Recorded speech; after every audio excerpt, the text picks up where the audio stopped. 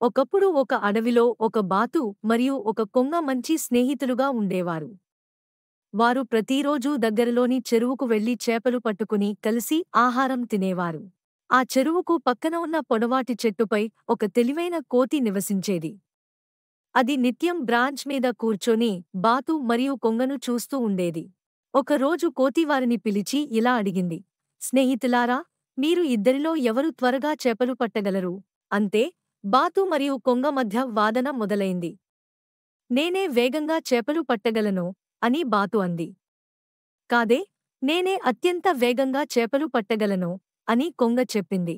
అప్పుడు కోతి నవ్వుతూ అంది: ఇంత చిన్న విషయంలో ఎందుకు వాదిస్తున్నారు? ఒక పోటీ పెడదాం.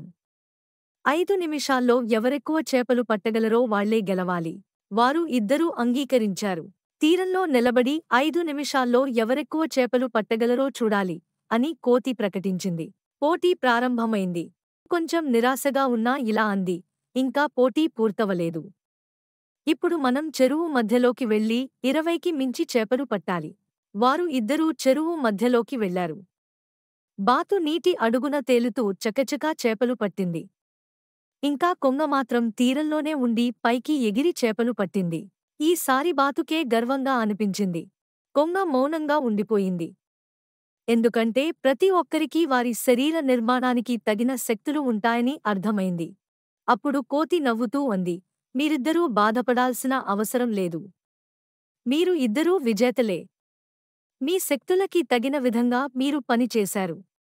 అదే ముఖ్యమైన విషయం. అలాగే కొంగ బాతును అభినందించింది. బాతు కొంగకు ధన్యవాదాలు చెప్పింది.